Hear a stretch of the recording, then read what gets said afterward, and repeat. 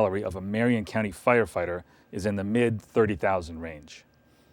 Based on the Bureau of Labor Statistics, the national average salary for a firefighter is $42,250. For paramedics and EMTs, the national average is $31,020, and in Marion County, their average salaries range from $18,000 to the mid-20,000s.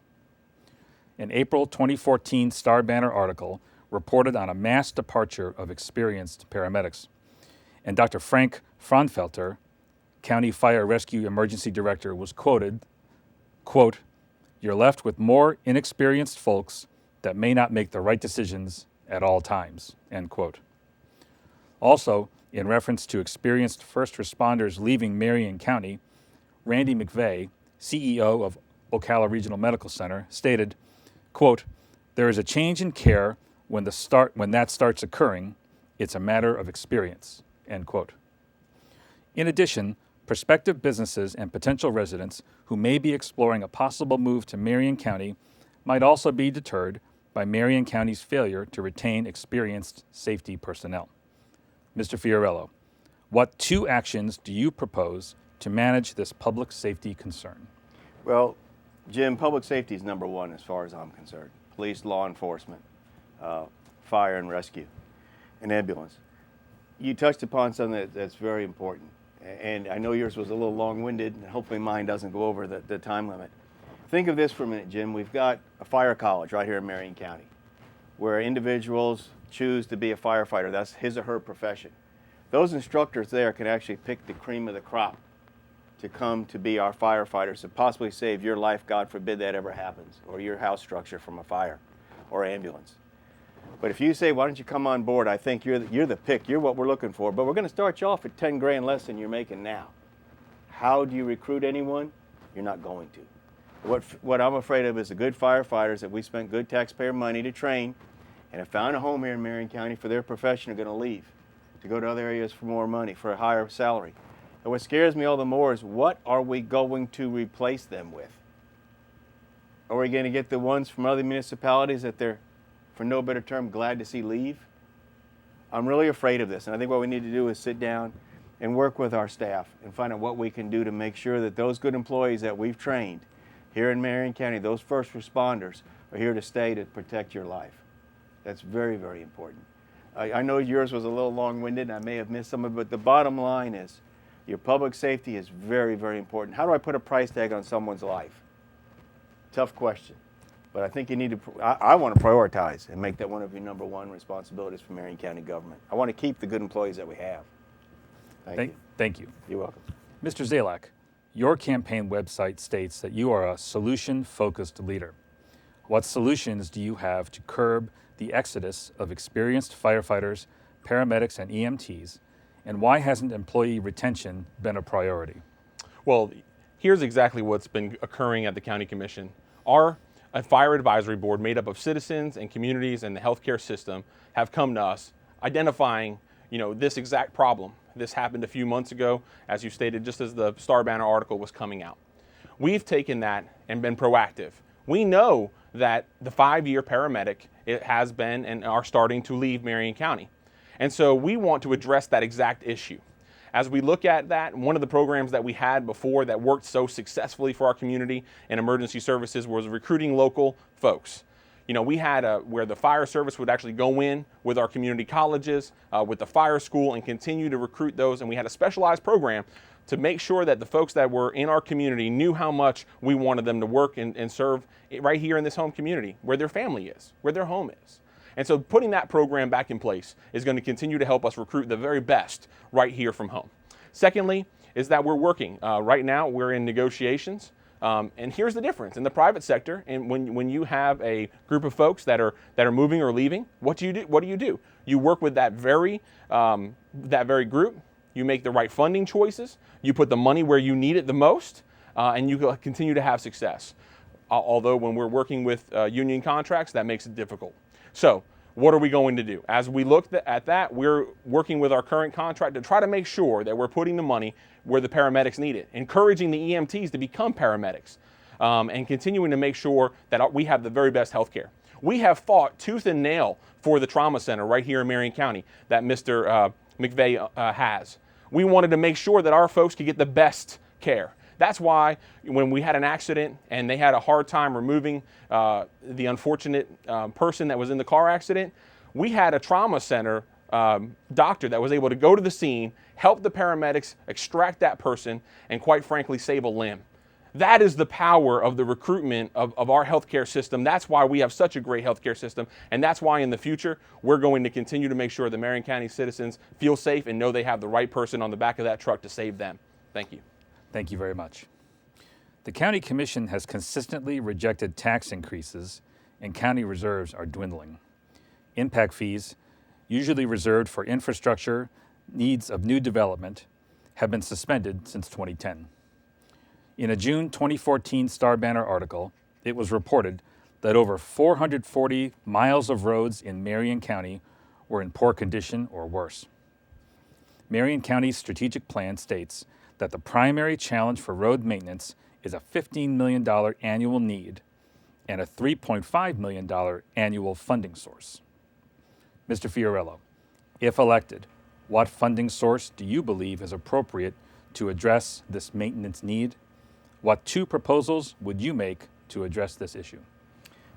The roads are a situation that you can either do preventive maintenance, which is basically resurfacing a road, or when the road really deteriorates and the lime rock and the base has to be rebuilt, and it's numerous times the amount of money to repair these. So it's very important that we take care of our roadways. What I would have liked to have seen on the August 26th ballot was a sales tax referendum. Let the voters have a choice of whether they want to set 1 cent aside to take care of public safety, which I've made it very clear that's my #1 priority, in roads. Those two items right there. Now, it might not take care of all the funding we need for our roads with that 1 penny sales tax, that portion of it, but what it does is it spreads the tax burden, the road burden, the burden of taking care of our roads over everyone in Marion County that buys something. I'd have liked to have seen that. You can't keep going back to ad valorem taxes time and time again. You know, those of us who own property in Marion County can only afford to pay so much. I'm from the private sector, I know all too well what it's like, people that are struggling. You can't keep going back. I would have liked to have seen the August 26th ballot. It did not make it in time. I think that would have been a good one to let the voters vote on that. And if that doesn't happen, I hate to say it, you may have to come up with some other options. And that's what I'd like to hear from the board and find everybody's views on that. You know, impact fees, like I say, my God, they were cost prohibitive where people could not come to Marion County. It made it prohibitive for businesses to come here. The flip side, what happens to someone who paid all that money, the thousands of dollars for impact fees, only to find out the next day they sunsetted them? Right now, he doesn't have an unfair advantage as the other person does. So we need to find some kind of a balance, but I would have started #1 with the let the voters decide whether or not they wanted to pay that extra penny on their sales tax. Thank you. You're welcome. Mr. Zalak, in an Ocala Star Banner interview, you said that the board has become more solutions-based, and you were quoted as saying, quote, "We're about finding solutions, about continually trying to make things work and being innovative," end quote. What is your solution to meet the necessary maintenance and infrastructure requirements, and how will you pay for growth? Yeah, that's a great question. Thank you so much. You know, as we looked, and you're right, it's about solutions. When we looked at our solid waste program when I first got on the board, we knew that we were going to have a continued problem and that nobody in Marion County wanted to site a brand new landfill, especially with the incredible springs and water we have here. So what did we do? We were able to work with a contractor that was down in Sumter County, 35 miles away. We were able to get a tipping fee for 2.5 million tons of airspace so that we could save the taxpayers $65 million over the next 30 years. Again, another solution to our energy problems. And gasoline, the very topic, was to go and make sure that we moved our fleet and also to give the private sector an opportunity to move to compressed natural gas by siting the first compressed natural gas open to the public between here, Tampa, and Jacksonville. Those are great solutions for the long-term problems of making sure that our energy and the energy we buy comes from America, not from overseas. As we continue to expand those programs, they will give us more revenue. And then that revenue in turn will help us to pay for some of the maintenance programs that we are lacking today. But you know, you're right. What are we going to do right now when you have a gas tax that across the nation people are driving less or we're driving more efficient cars? That becomes a real problem. When the gas tax is no longer working, many folks around the country are looking at solutions. How do we pay for our roads? As we come back, we will continue to look at that. I was the one that was able to bring a group of folks from all different communities, leaders from all different communities, to continue to talk about this. And I truly believe that the consensus of these groups and bringing people together to the table will help us to solve our long-term road problems in Marion County. Thank you, Mr. Zalak. This is a speed round in which each candidate will have 30 seconds to respond to the same question. In 2009, the Florida legislature gave each member of a county commission the authority to voluntarily reduce their salary.